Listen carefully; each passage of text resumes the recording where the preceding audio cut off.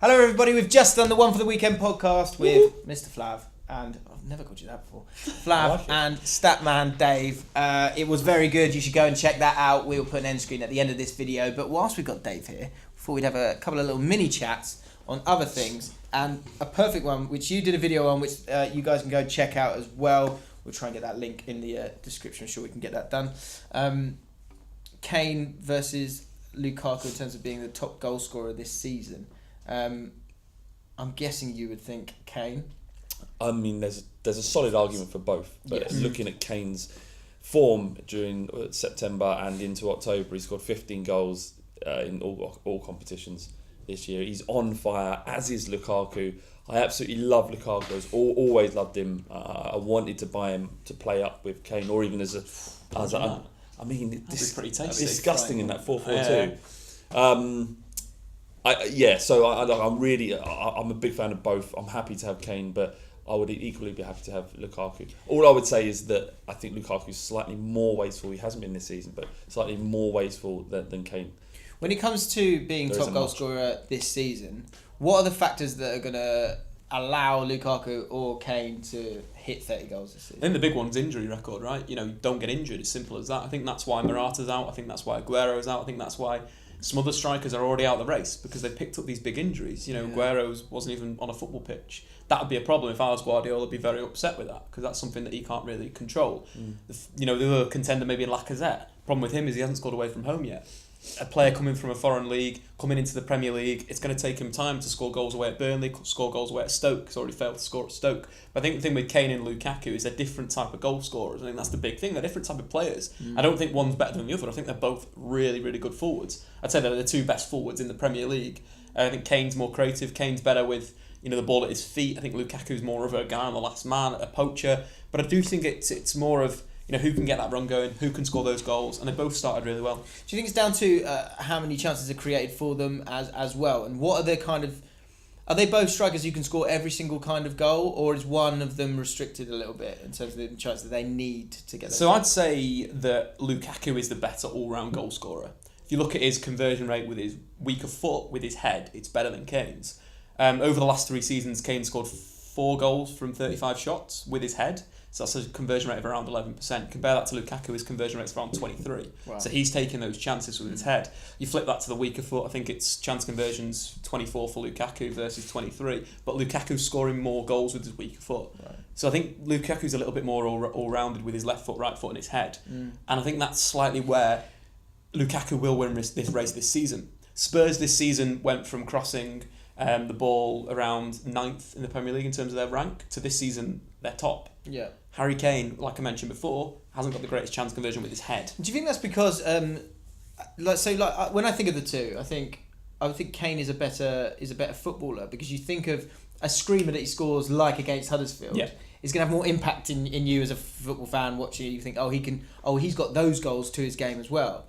But the bottom line is, with Lukaku, his size and strength, his heading conversion is probably better, because when it comes to a cross on the 6-yard line, he can get that centre back out of the way, and he's more dominant in those areas. And same with the weaker foot, do you think? I think it's almost like that people underestimate him massively. I think he doesn't go around like a Drogba, where he's constantly bullying you, constantly pushing you, constantly in your face. His movement's smarter than that.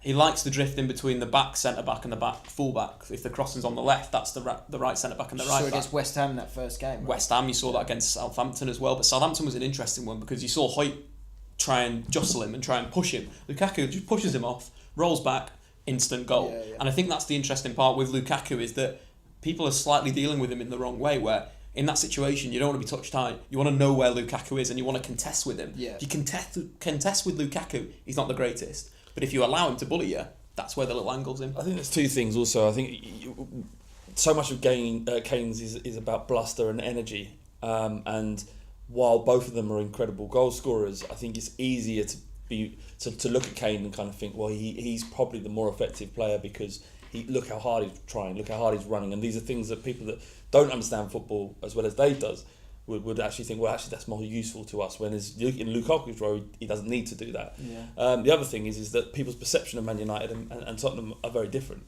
So Tottenham are still considered to be a lesser club than Man United, and there are many ways they are. But Kane doing well at Tottenham is given more kudos than Lukaku at Man United because you're almost expecting it. Yeah. So I think the two interesting parts there, defensively, Lukaku's done a lot better this season. I think last season he was susceptible to being a bit lazy and to not actually putting the defensive work in where he should be pressing, should be harrying. Flip side of that this season, he's working very, very hard. I think the Southampton game was a great game to look at Lukaku and see that off the ball he's working, he's pressing people, he's putting his body in the right areas. Really, really good stuff from Lukaku. On the other side of that, I think stylistically Spurs and United are different. Spurs are more intricate passing. That's why White Hart Lane was so good, because it was so tight and they could play these little 1-2s.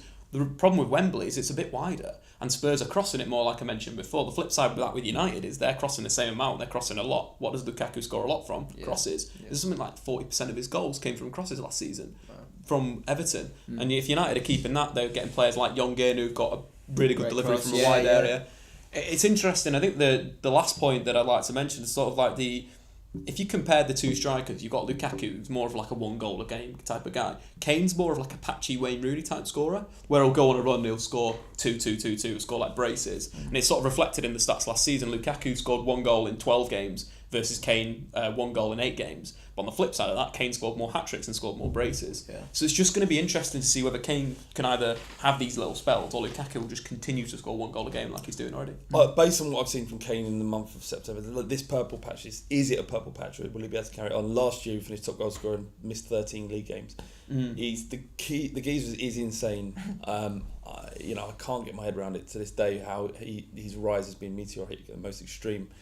If he scores 45 goals in all competitions, I will not be surprised this year. But league is all it's a different kettle of fish at all. My gut feeling as a Spurs fan with my Spurs hat on is that Kane will do it, but Lukaku is an incredible striker as well. Do you think Lukaku's better? I really don't know. I'd say Lukaku just because of how Spurs are playing at the moment without Kyle Walker. I think that's a big change. But similar to Harry Kane, as Flav mentioned, he missed so many games last season and he scored so many goals. Yeah. So, and it's going to be close. There'll be a goal in it.